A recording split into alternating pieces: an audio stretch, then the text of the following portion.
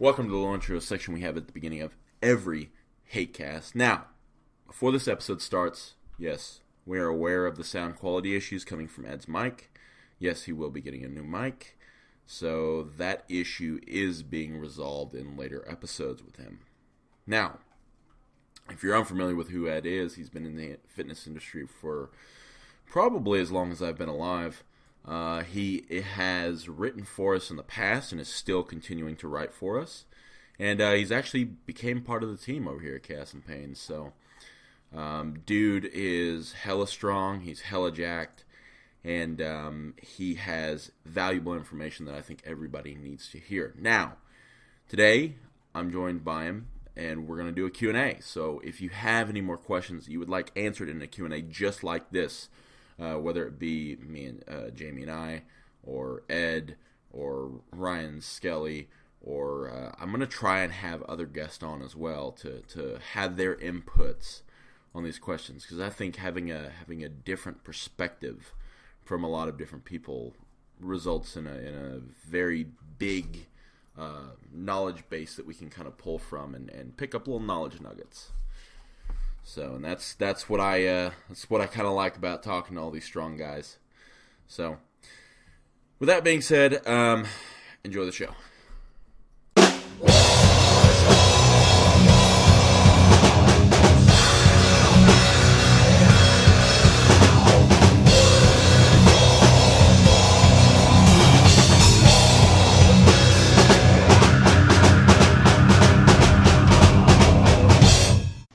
Welcome to the newest Hatecast, and I am joined by somebody different, a little bit different, because the other person, Jamie, could not make it because of his schedule.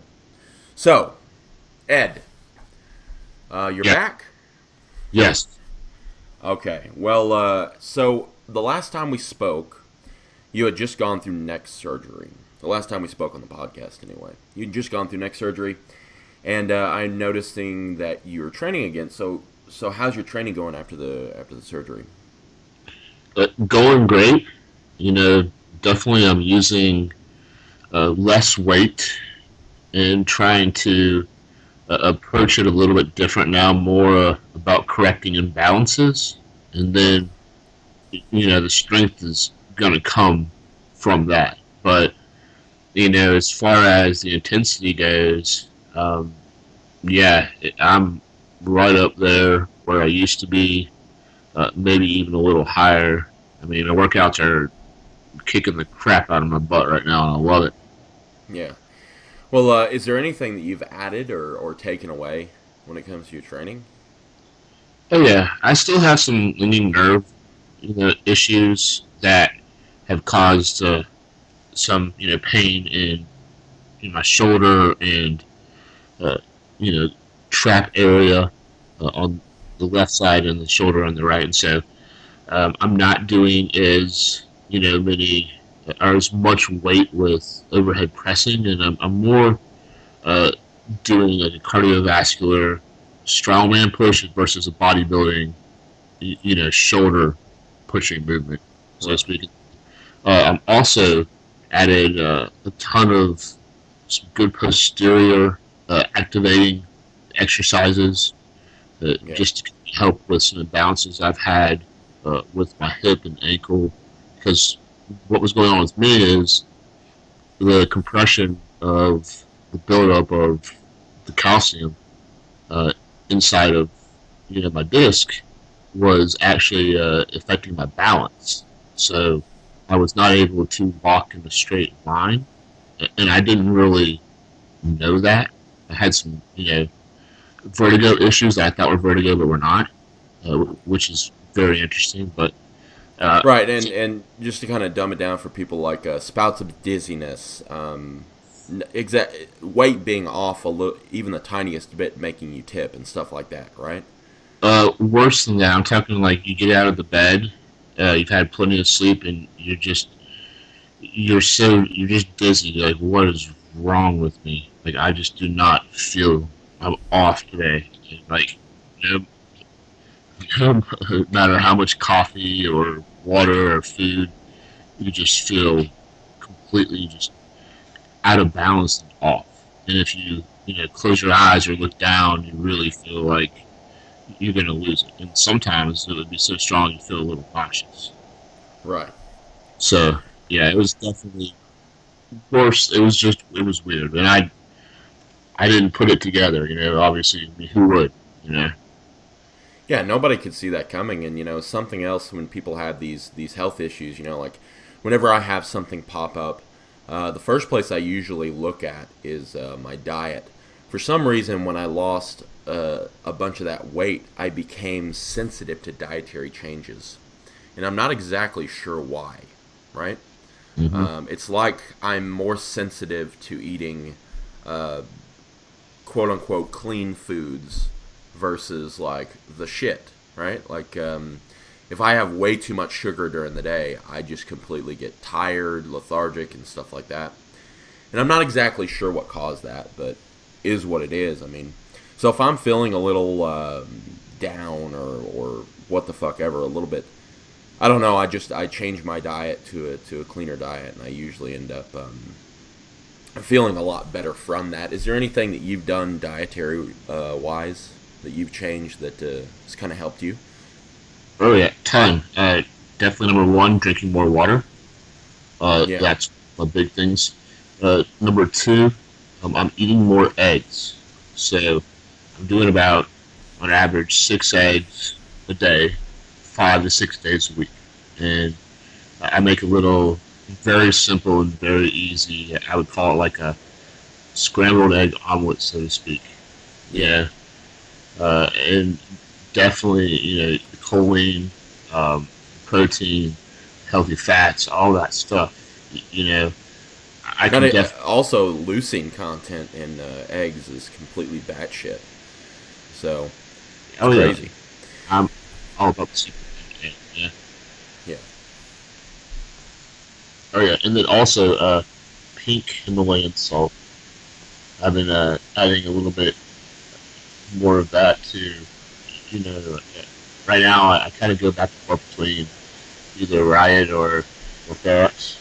It's Yeah. kind of how I feel that day, but and I never go more than like one scoop ever. I'm just, it's yeah, you don't need to.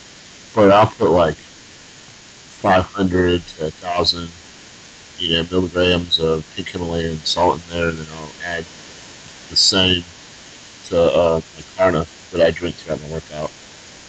And I Oh throw yeah, it yeah, to go along, but I definitely think that, and I'll cook with the pink Himalayan salt too. So instead of using sea salt, yeah. I use the pink Himalayan, organic, and it's inexpensive too. It is so cheap.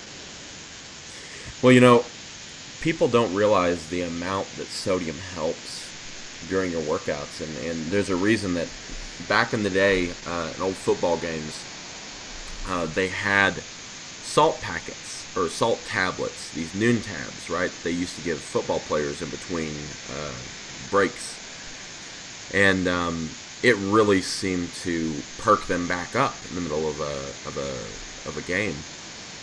And I think that's one of the things. That's one of the nuances that was kind of just kind of forgotten over the years is the importance that salt plays in your Mm-hmm. sports performance. Uh, So GM potassium chain, bro. yeah, yeah. So what are some of the most recent articles you published for us? Because those of you who don't know, Ed's been around the fitness industry for basically ever, right? Yeah, For forever. Let's forever. just put it that way. And he's also started writing for us on the article site on www.chaosandpain.com. You can find his articles, Jamie's articles there, and a bunch of cool shit. So, what are some of the most recent articles that you've written for us? Most recent have been some posterior chain stuff Right. that I put together because honestly, I've uh, just now, you know, gotten to the point where I feel comfortable performing the movements and kind of showing what needs to be done. So Right. I've been able to add some video of those as well too. I've done some other general like health stuff articles. I mean everything from men's health. I've done a couple stuff on some, weight loss ingredients, not quite as much. Uh, Right. Training tips. I mean, pretty much the whole gamut. And of course, I did do an article a while ago on eggs, how awesome they were. And what I try to do is, on all my articles, I've linked at the bottom the other articles so you can kind of see where they are. It's categorized as well, too, Yeah. to make it a little bit simpler. But Right. to your question, kind of run the gamut of a bunch of health and stuff that I've kind of found helpful for me. Right. Right. And some of the stuff that you've written about, you've actually started implementing too. Like once you, I'm sure you're just like Jamie and I. We go down a rabbit hole because we're wanting to either tell people about it or research it for whatever fucking reason. And then what ends up happening is we're like, holy shit, I should be doing this. Yes. You know? Yes. And I definitely did also do a recent article on biohacking, and I tried to explain a little bit about that trend, which is really interesting to me. To make What it is simple, that? yes, to make it simplified to people that don't know, uh, all biohacking is basically making small incremental changes, like adding, for example, the pink Himalayan salt to your diet. Small little things like that that aren't necessarily mainstream and talked about. Like, for example, pink Himalayan salt, it has 84 different minerals in it. Okay, and come on, like, are you kidding me? This stuff is amazing, especially the reason why salt is so bad, just to mention their table salt, is because it's bleached. You don't really get what you need out of it. You get just the taste, and yeah, you do get some water retention, but not the same way that pink Himalayan salt. And a little tip for you that I've experienced for the listeners: pink Himalayan salt, if you load it like you do protein monohydrate, you get very similar results. However, I don't recommend, you know, continuing. I did a small little load to see how it would affect my body, and I Yeah. definitely retained some water weight for a couple of days. And I just the type of training I do, I don't like to carry the extra, water or just weight around in general. Plus, it's so hot. But the pumps, I kind of got it down to the right amount, are amazing. So, for example, that's a biohack. Another one would be after you take a shower, you turn on the cold water for about a minute or 2 minutes. And what it does is it releases more of these things called heat shock proteins. And they aid in recovery and speeding up basically the growth process. If you have an injury, it helps with that. Right. It close follicles, so DHT is less destructive. I mean, you name it. Right. And then red light therapy, for example, uh, photobiomodulation, things like that. Now, one of the most simple biohacks that most people are probably aware of or have heard, and if they're in the fitness industry anyway, they might not even know it's a biohack. It is the bullet coffee. Adding MCTs to your coffee, that's biohack. Right. Okay? Doing stuff to eliminate EMF exposure at night. Turning off your Wi-Fi, that's a biohack. Oh man, that's hard for me to do. Well, I mean, my philosophy is that hopefully I can get my body working well enough recovery-wise that all the toxins and stuff that's exposed to in the environment, it's able to handle and adapt and survive. Because we are meant for that. It's interesting that you bring up biohacks because I mean, small little incremental changes like that, kind of like adding more greens to your diet or doing this and that, having a higher protein diet, stuff like that. You make a bunch of those small changes and it adds up to something big. Yep. That's what I'm sure our listeners know, but if you haven't told anyone about the gospel of small incremental changes for the betterment of your life, I Yep. suggest you do so, because those small little changes add up to just this gigantic change. I mean, you know, one day you increase your protein intake. Next day you reduce your sugars. The next day you increase your fat intake, and it all makes a gigantic difference. And I know that something like adding salt to your pre-workout shake, or downing some extra salt, or just salting all your foods or something like that, right? It's a really simple way to get in some excess sodium. It can make a gigantic difference in the grand scheme of things. Like when you're thinking big picture, because a lot of people say, think little picture. They think, what affects me today? What affects me tomorrow? What affects me in the next few hours, right? But, you and I are more concentrated on, what's for the overall betterment of myself. What can I do? What are some simple things that I can implement every single day to make myself better every single day? And that's fucking cool. But with that being said, are you ready to get into some questions? Man, I would love to. And by the way, I want to say one thing, and I know it may sound like I'm all on this pink Himalayan salt, but it's just so simple. I mean, you go to Walmart and you can buy a bag for like $2.40. I mean, it's great. It's very small amounts you need, but salt does not cause high blood pressure Unless unless you're genetically prone to it. And if you are, here's the little secret. You would already have it by now. yes. So, that has been blown out of proportion, just like dietary cholesterol raising blood levels of cholesterol. Doesn't happen. And that's kind of like the principles that biohacking go upon. And there have been some biohackers that have taken it to the extreme. Oh, And hell yeah. I'm gonna. What was that guy who implemented the chip in his hand to make paying for sodas easier? dude, Like, what worse the. than that, there was a guy that said he cured, like, gave himself a vaccination for some. It's like it hasn't even been approved or anything. His whole premise was that he's going to speed up the process and not worry about the regulations, and just he basically injected himself in the leg with it in a trade show. He ended Jesus. up, yeah, he ended up dying not from that, but like I don't know if he killed himself or something, but he was off a little bit. But so Yeah. there are people that are to the extreme, like Ben Greenfield. I don't know if you've heard of him or not. Mm-mm. Yeah, he's been on Joe Rogan a couple Oh. times. Yeah, yeah.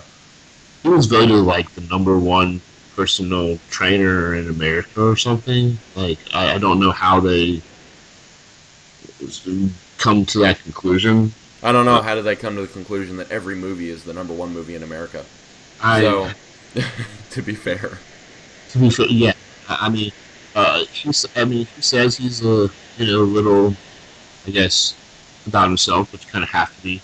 But he tries to do things for everybody else every day. But anyways, I mean, this guy has done some crazy stuff.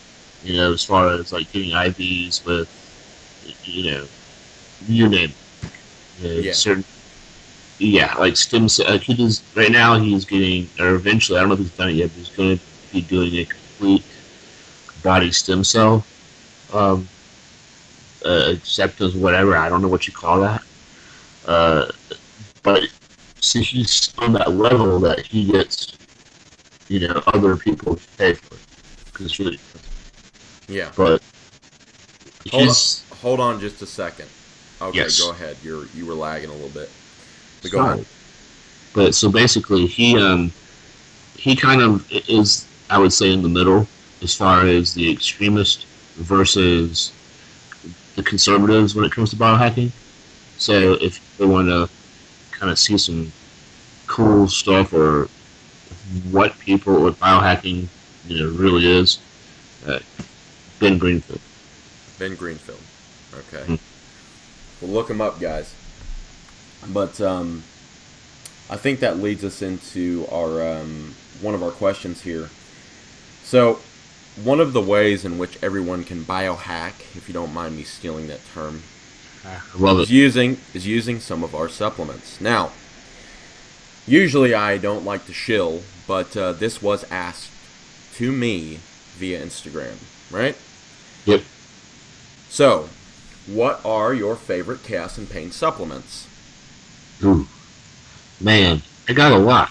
I mean, you know, definitely I love Ferox and Riot, especially with the Basso 6, Yep. which is a really cool ingredient. I use those for my go-to pre's, definitely. Um, Hypnosis is great for sleep. And then Helios, I love for joint. I mean, it's just freaking awesome. And then, of course, I don't eat as many vegetables, so I do like the vegetable formula too. Yeah. And uh, I mean, there's so many. That's the thing. Like the DHEAs are really cool too. And I usually cycle through them. I don't use the same supplements at one time. I Right. try to space it out. I'm just more of a believer, in that. But I do love the GDAs, the glucose GDA. disposal, just because they work more on like an AMP K level.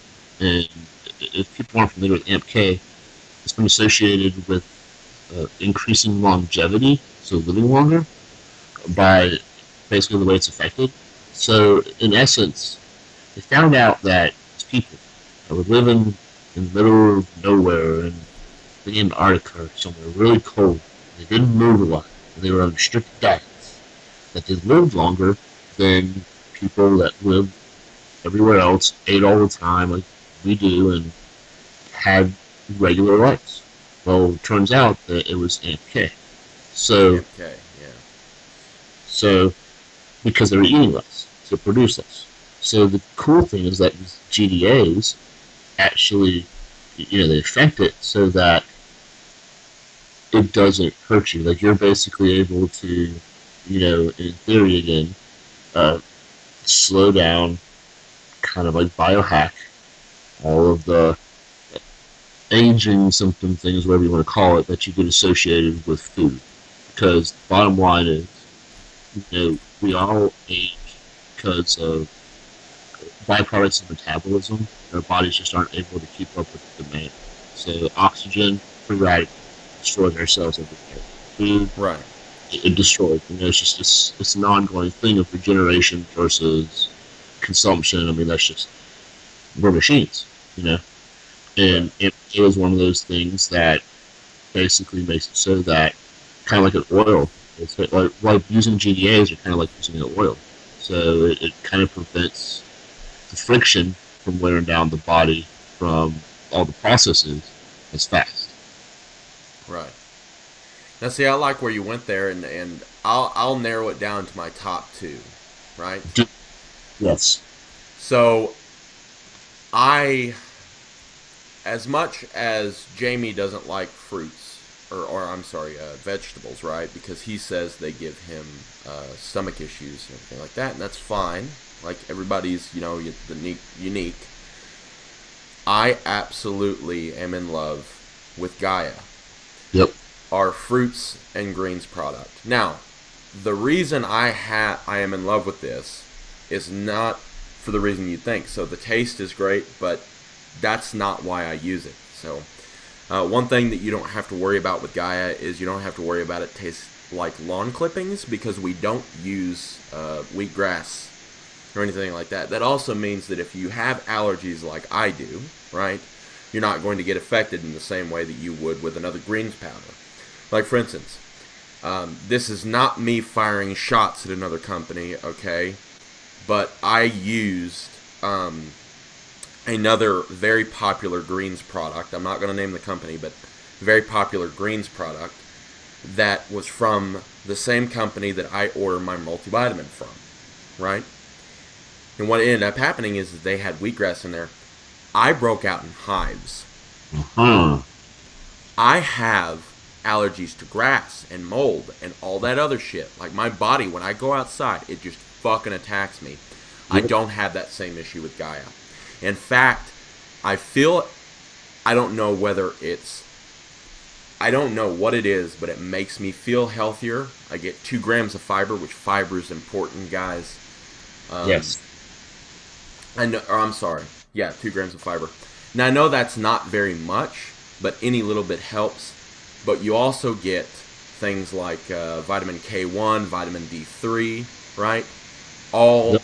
very, very important for health. And I'm a very big fan of the stuff that can improve your health. You don't feel them in an acute sense, right? A couple of weeks later, you notice that your sprint time is increased, or your intensity is increased and stuff like that, because you feel like you're on top of the fucking world, and Gaia is certainly one of the products that can deliver that, right? Yes. Just because when you are in tip-top physical health, you feel better. It's just fucking inevitable. That's why we're all fucking chasing the numbers on the bar. We're all chasing a healthier diet. We're all chasing a leaner physique. We're all chasing being faster. We're all chasing being more athletic, right? That is one of the things that Gaia can deliver, because fruits and vegetables are proven to do that, and people just don't get enough of those in their diet. Now, did you also tell them that the fiber was from FOS and why that's so important? No, but why don't you go ahead and get into that? FOS, I'm not, let's just not pronounce the whole thing. Yeah, let's not try. FOS. Yeah. Yeah. Fructosaccharides. But anyways, what FOS does is it actually promotes the growth of new bacteria in the gut. It gives them something to feed on. So you have that with, bromelain and everything else in there. And the reason why I use calcium pyruvate's great at helping, basically, it neutralizes stomach acids so that your body can absorb a lot of these other brings fruits and stuff. That's why Tums are calcium, but your body also uses it as well too, and it also has been shown to kind of help as far as with glucose absorption and all that good stuff too.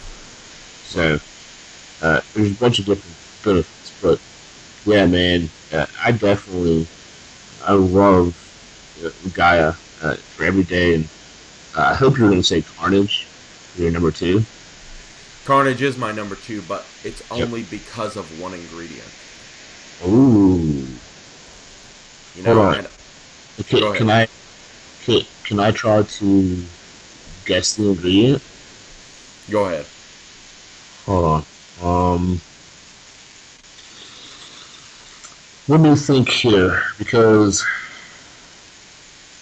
what would you think is really cool about an ingredient?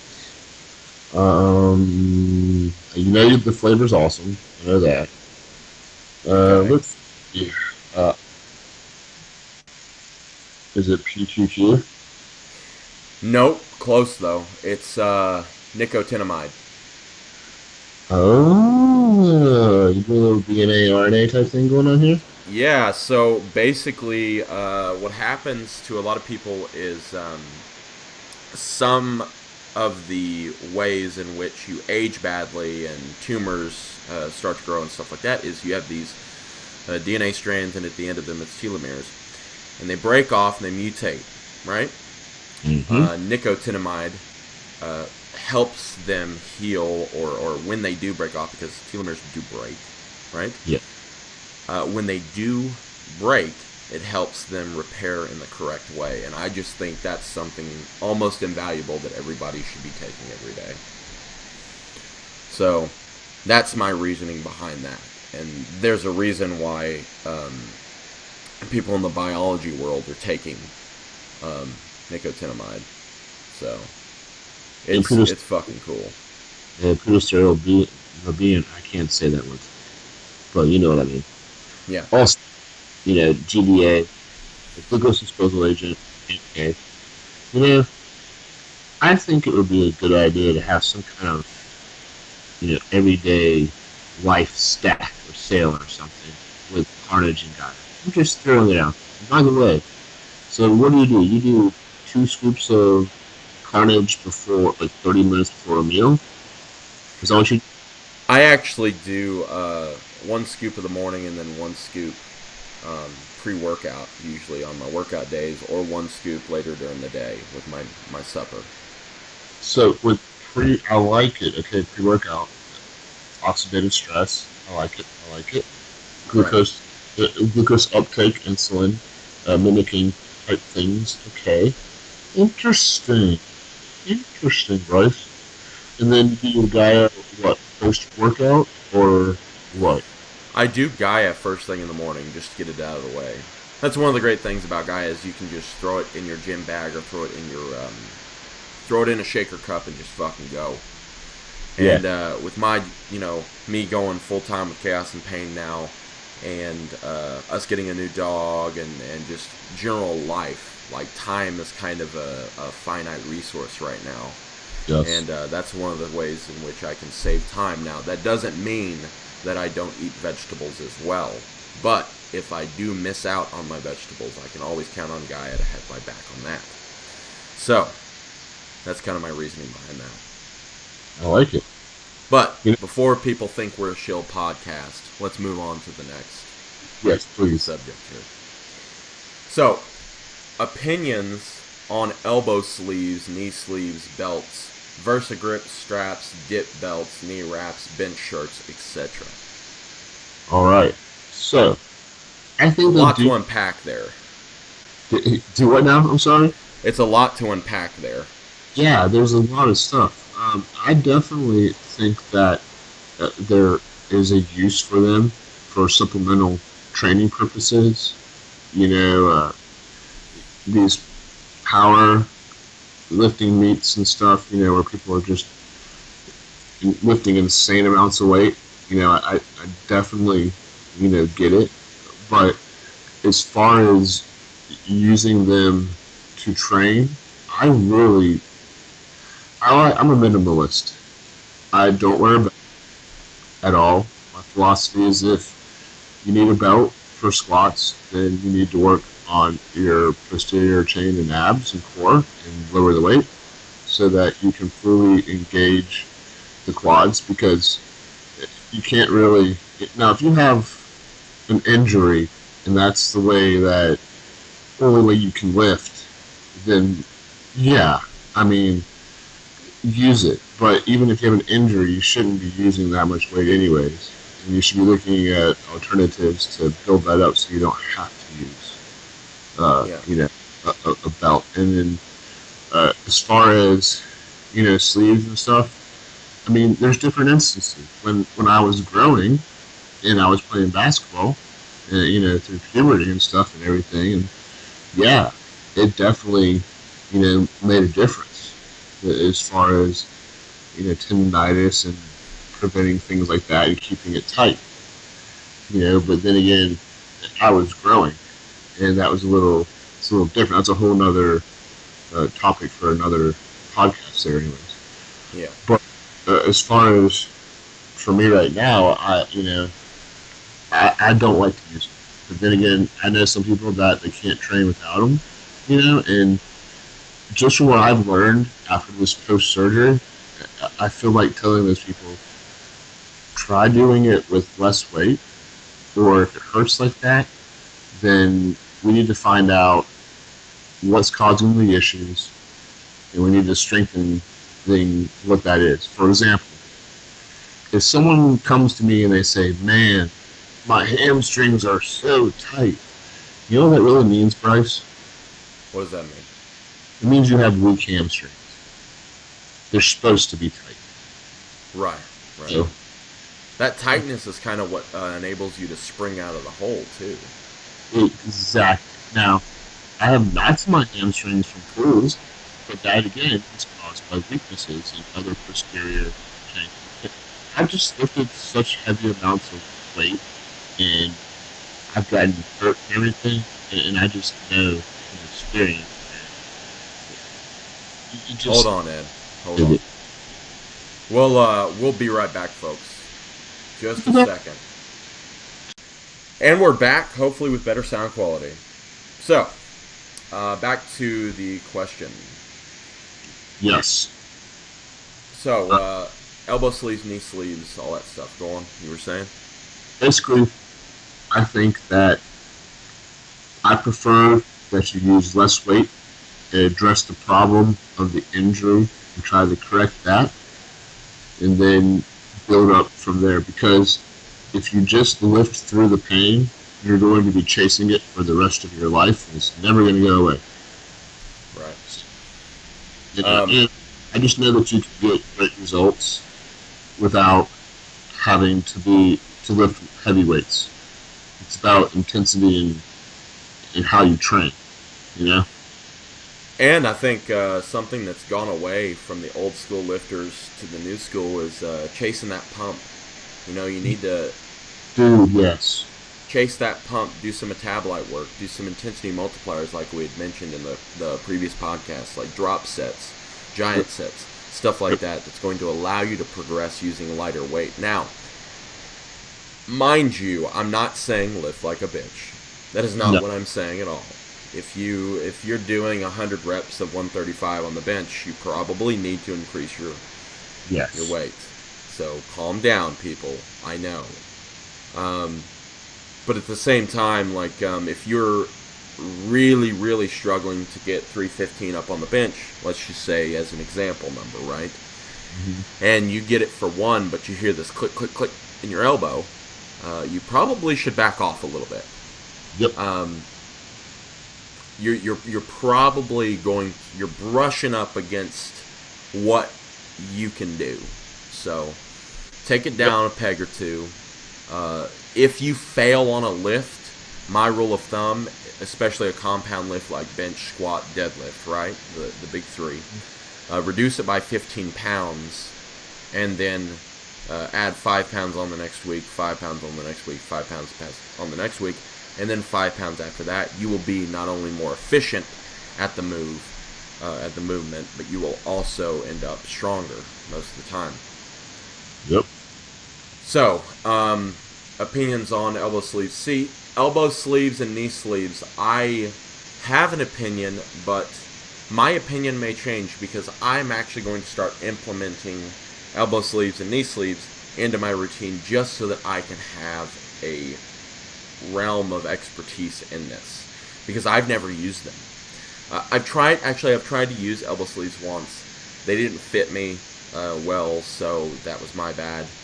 I'm going to try and use them. I'm going to use them once every 4 workouts, right? So I'm going to have to earn the right to use those sleeves, because I feel like, just like you said, an over-reliance on these sleeves, on these belts and everything like that is leading just to weaker people, generally overall. You know, there was something that was to be said about the old school people and them being more athletic than we are now, because we do these oddly specific movements, but we forget that we shouldn't be wheezing when we go upstairs. We shouldn't have to have a belt on to squat, right? If you have to have a belt on to squat 135, there's something wrong. Yes. There is something wrong. If you're losing tightness at the bottom of your squat without a belt, there's something wrong. You need to address it. But I think everybody should own a dip belt, just because they have so much utility, right? You can do weighted pull-ups with them. You can do dips with them. You can do other things, I'm sure. They're just a great piece of equipment. Versagrips I don't like, because they feel weird on me, personally. Straps I'm okay with, as long as you don't have an over-reliance on them. So I'm not saying on your top set, your top, you're near your 1 rep max, you're over 80% of your whatever, right? Mm-hmm. I get it. Use straps. But doing like reps of 10, reps of 12, don't use straps. Come on. it'll be okay. Your grip can take it. Trust me, right? No, it doesn't lead to a weaker grip, because if that were true, then Dan Green would not have been able to lift 900 pounds beltless, right? Exactly. So I think that's a little overblown. But I do believe that if you use it on the stuff like, like, let's just say you're doing like 20 rep rows. I like the higher rep stuff, right? 20 rep, 25 rep, 30, whatever the fuck you want to do. You're using grips for that. If you're using elbow sleeves to fucking do push-ups, there's something wrong. Yes. So, bench shirts and wraps. I'm going to cover those next. So, and I'm talking about, the actual wraps that you put around your knee and your elbows and stuff like that. That should be reserved if you are thinking about doing a powerlifting meet or something that requires you to basically wrap up, right? Because otherwise, I think you will have a reliance on them, and you will use them as an excuse to develop poor motor patterns, poor movement patterns, to the point where you eventually end up getting injured. And I don't want to see anyone go through that, right? And not only that, but it does take a certain level of finesse to wrap correctly. And there's a lot of people who wrap too tight, or they wrap too loose, and they end up completely destroying the utility of the wraps. So if you don't have somebody who knows how to do that, apply the wraps for you, if you don't research how to do that correctly, you will end up just not using the wraps to their fullest potential, and you will end up either placing lower in your powerlifting competition. If you're doing wraps in training, like, why? What is the point? Yeah. Yep. Same thing with bench shirts or squat suits, because that's apparently becoming a thing too. There's people wearing squat suits for training.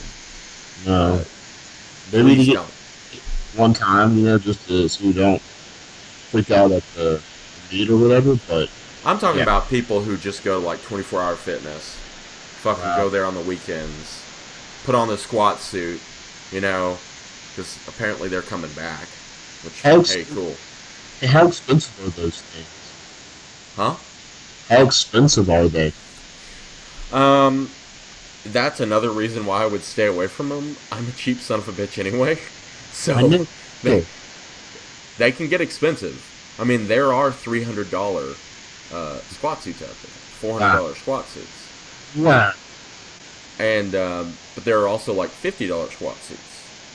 But at the same time, like, again, it's one of those issues of reliance. Like, are you going to rely on those things every time you squat? If you are, readjust and learn to do the movement correctly, and you won't need to rely on that. Mm-hmm. So I think you should earn your right to use elbow sleeves, knee sleeves. Now belts, some people, can use belts efficiently. I'm one of those people that I squat without a belt, I deadlift without a belt, just because it feels better for me.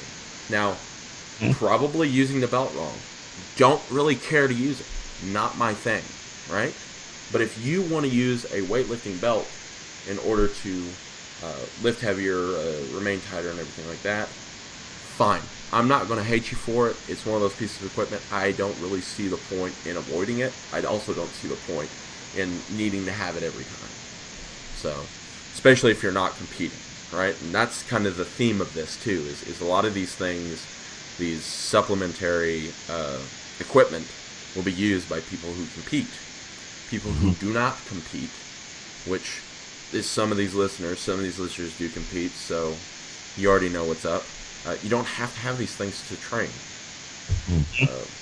So that's just my opinion, right? Take it or leave it.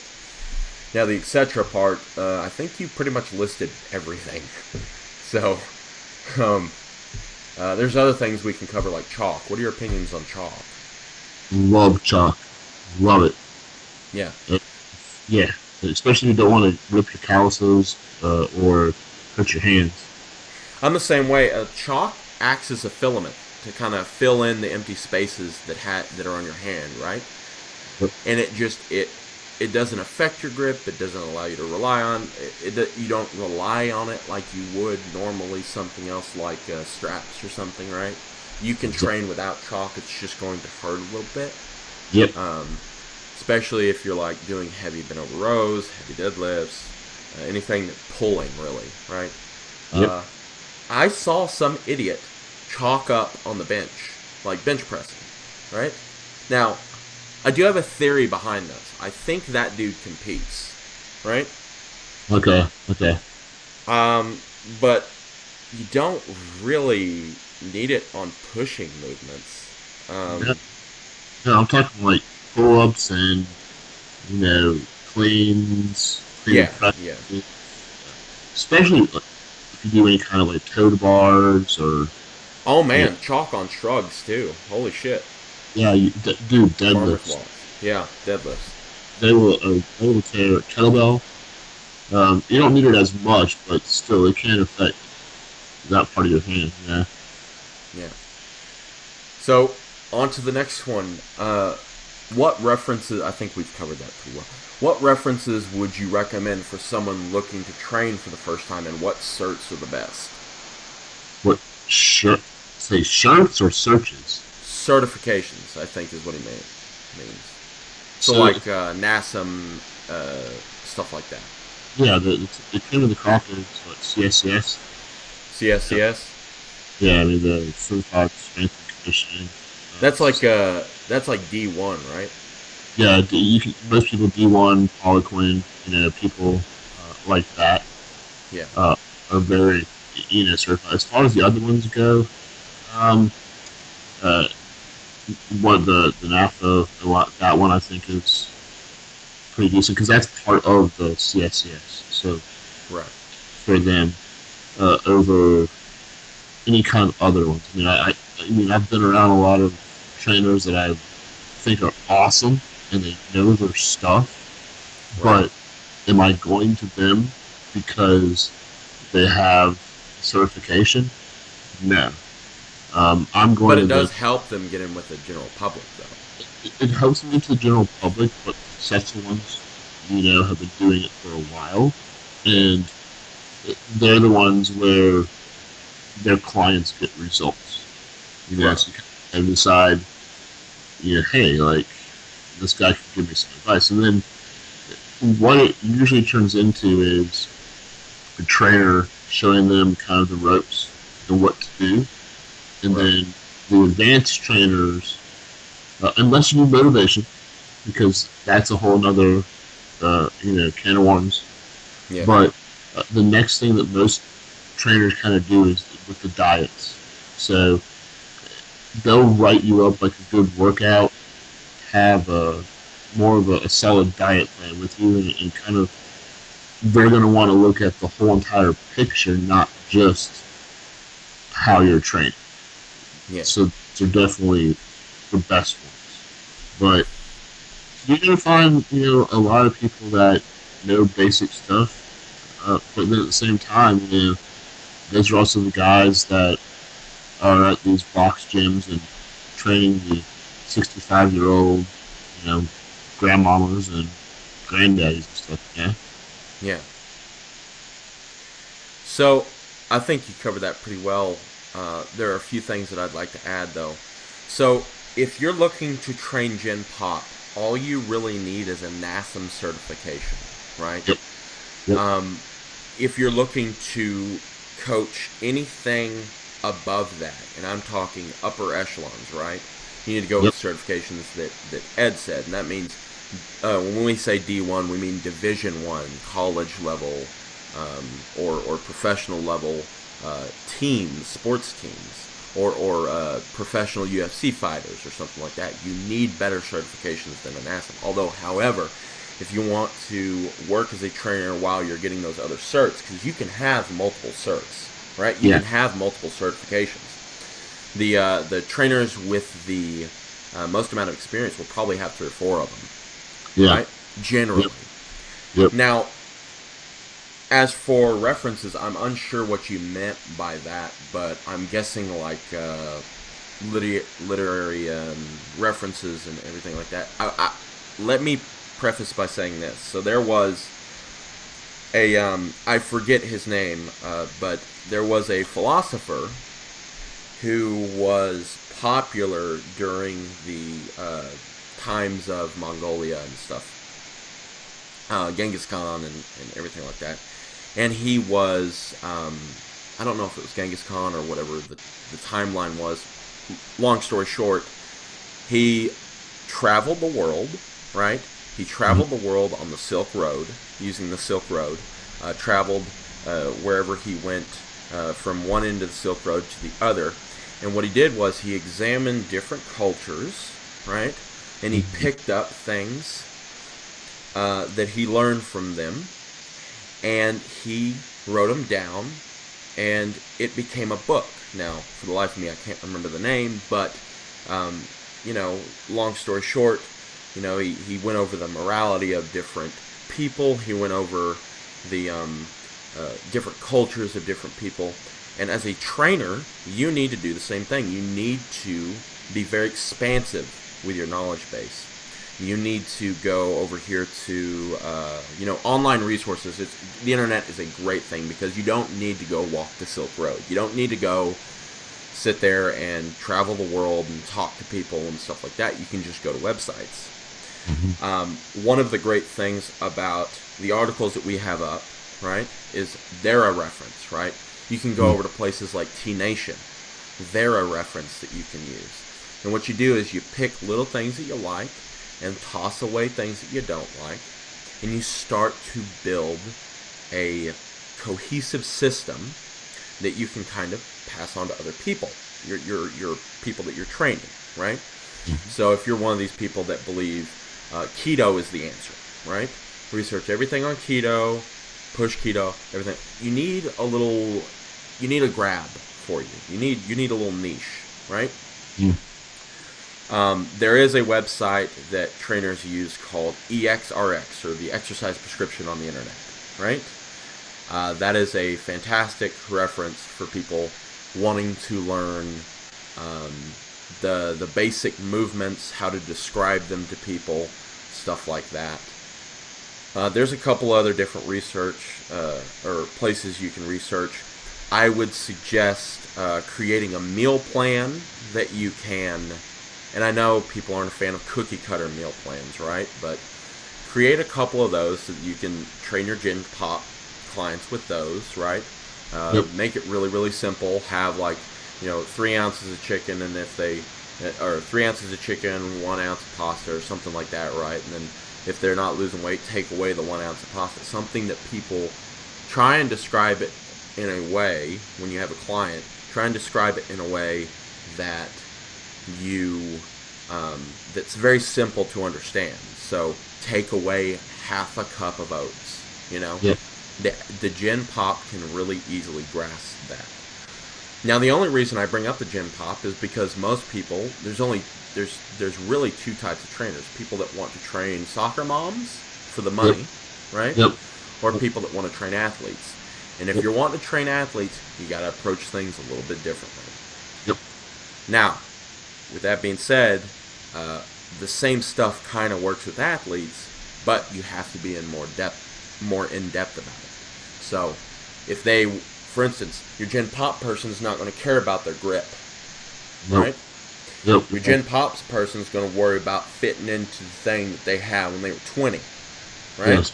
Yep. Fucking jeans, those mom jeans she wants to wear, right? Yep. Your professional athlete is going to care, I want my biceps bigger. I want my grip better. I want to run faster. Research all of these things so that you can cohesively explain that to somebody. And you will be successful, right? I mean, it's not really hard, especially with online coaching and stuff like that. It's not hard to be a successful trainer right now. Nope. So I think we've kind of beaten that to death. I kind of went off on a tangent. I love it. Okay. That brings us to our next. So, I think we can answer these 2 together. So, what's the best split, and how would you go about assembling it, and how frequent do you hit each body part? Ooh, man. There are so many variables to that question, but you want to make it simple. I personally like to do push pull. However, I prefer to. I train kind of more instinctively, you know. Yeah, So yeah. I prefer a push pull mentality. So if I do a pushing movement, like a hanging press or whatever, I want to follow that with some kind of pulling, whether it be pull ups and barbell rows, dumbbell rows, something, you know. And I usually try to do a 2 to 1 ratio of pulling pushing. And as far as setting that up into a simplified split, then I think that we'll start somewhere else first. You kind of want to look at uh, the number of sets per week when you train a body part when you're setting Right. up a gym, uh, not how many you do per day. And so, my general consensus for a body part is you want to try to probably work them out anywhere from, well, the smaller ones, of course, do less, but anywhere from, let's say, 10 to maybe, I don't know, 8 to 12 sets or so. That might be even a little bit too much, just depending upon the body part. And then you just kind of incorporate a major lift for that day and fill in the spaces around it. So, for example, if Monday is going to be quote unquote leg day, personally, I prefer to do back at the beginning of the week because I think the posterior chain is the most important thing. My whole here's what I do. I Yeah. want to look freaking awesome when I come to you and like shake your hand, but when I walk away, I want you to be like WTF, you know? Yeah. Like that's Yeah. much cooler. So I would prefer to do some kind of like a deadlift, say on Monday. So you've got a pulling motion, and then you could throw in maybe some shoulders for a pressing movement or something. Then Tuesday, you give your legs a break because you're doing, a deadlift, doing a squat, pretty much. Then do like some kind of bench. Do my second major lift of the week. Put that Right. in there, usually on a Tuesday. And I prefer 4 day splits because you perform better with less time in the gym more often than more time in the gym less often. It's just, 15 minutes every day is more effective than 2 hours 1 day a week of doing Right. anything. Right. Yeah. So then I usually prefer to take Wednesday off, follow up Thursday with squats as the major movement. So you've got a leg movement again, and then throw in, hamstrings to counterbalance that, and then, throw in some calf work. Leg day is pretty all comprehensive for legs. And I don't really agree on doing like 2 hamstring workouts a week necessarily. Yeah. If you're gonna do a traditional like bodybuilding split, like I'm talking about, then do a 2 to 1 ratio to hamstrings to quads. It will help you with your strength that day and protect the knee as well. And then on Friday is usually a good old pumping arm day. Just straight full impress. Then throw in some maybe like rear delts because when you work your rear delts and upper back, and I would do my major movement on arm day. Uh, I prefer to do that. Or not deadlifts. I'm sorry, a shrug. Right. So, or whatever it is, that's going to be your major movement, and then maybe throw in some high pulls, you know, Yeah. for rear, and then do your arms. And when I do arms, I do a bi and then a tri movement, like superset together. I always do. I always get much better results doing that than just doing a bicep set and waiting and finishing up. The pumps are just ridiculous. And that's what you want, you know. Yeah. So that's my basic little 4 day split, and then you kind of choose the exercises around that and keep that 2 to 1 pull to push ratio in mind. But always you want to have a pull and push on in the same workout session always. You just do. Yeah. And I do upper lower, right? And I actually, or lower upper, I actually start my week out doing legs. And what happens is I also do deadlifts on the same day that I do squats, right? Just because that's something that I've always done, and I am dangerous, right? Yep. No, it's just something I've always done. I know people think it's weird, but I like to squat and deadlift in the same day. I don't know why. But I do upper lower, and usually I hit body parts. The frequency I use is 2 to 3 times a week, right? On any given body part. Now, when it comes to the intensity, the set scheme, the rep scheme, and all that stuff, I modulate that week to week. So if I'm doing, let's just say, just like I did triples this week, right? When I go later today to the gym, and I do my upper routine, this is recorded on a Friday. I go to the gym Monday, Tuesday, take Wednesday off, Friday, or Thursday, Friday, Saturday, Sunday is off for me. So the weekends are off. So I have a 4-day split too.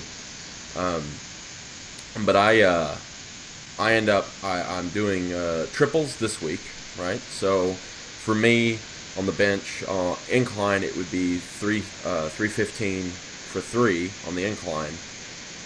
So next week, I'll probably switch to higher reps. So 275 for like 10, right? Mm-hmm. Something like that. So week to week, my set and rep scheme is modulating just because that's what works for me. And I kind of decide at the beginning of that week what I'm going to do, depending on how beat up I am from the previous week. That's kind of an advanced way of looking at things, though, right? I mean, I've been working out for 8 years now. But for beginners, pick, a 1 to probably 5 times a week training split, right? Or, 2 to 5 times a week training split. More times in the gym versus, just like Ed said, if you can spend 15 minutes 4 times a week, it's going to be better than 1 hour once a week, right? Mm-hmm. So more frequency is better. I would suggest doing whole body up until your 3 days a week, whole body up until your 3rd year of training, and then split it from there, because you will gain a lot of muscle in that 1 to 3 years. Yep. So what you need to concentrate on in your first 3 years is bench, squat, deadlift, accessories like arms and stuff like that, the show muscles, whatever. You want to go to the beach, you want to have a nice tricep, nice biceps, you're going to have, nice calves. Work your fucking calves, by the way. Yes. God damn it. And your shins. And your shins. Yeah. So you want to have nice calves, you want to have nice hamstrings, all that stuff. You want to have the show muscles, right? That's fine. It's great. Work your abs too. That's fine. It's great. But your big 3 is what you're going to find most of your size from.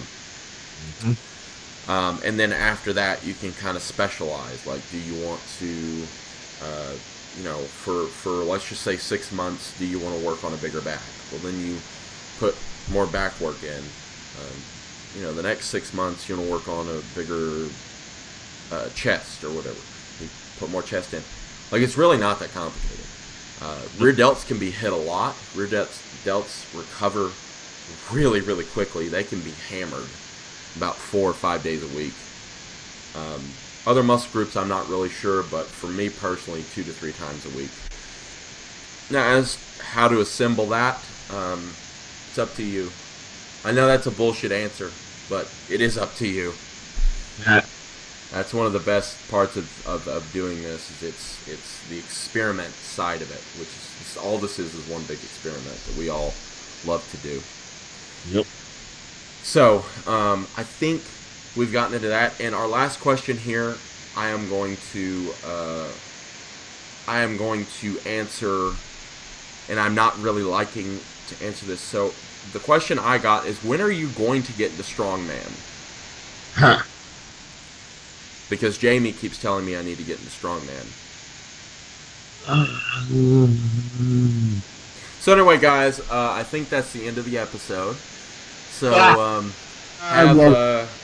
have a good weekend, and if you're listening to this, chances are you are a subscriber to the YouTube channel, and if you are not, I highly suggest you do. We have big things coming up here at Chaos and Pain, so stay tuned. Look out for more articles from Ed here, and look out for more giveaways that we're going to be doing on our Facebook group. So we have a Facebook group. If you're not already a member of it, you need to be, because there we are doing Ferox Friday. In fact, we have to start that today, by the way, Ed. Yes, we definitely need to. Every Friday we give away Ferox. The week before we gave it away, and we actually got a video review out of it, which is awesome. I love the Viking Dad. The next week we had one that we got, and Ferox is on the way to him. And then this week we're choosing somebody, and the next week, of course, we will choose somebody to win a free full serving tub of Ferox in their choice of flavors. So, if you're not already a member, please do so. If you're not already subscribed to the newsletter, where you can find specific sales or exclusive sales to the newsletter, you can find our latest articles that we will link in there.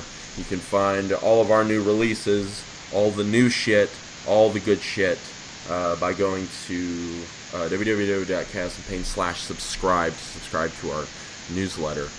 So that way you can be in the know. And I think that kind of leads us to our sign out. So we will see you guys later.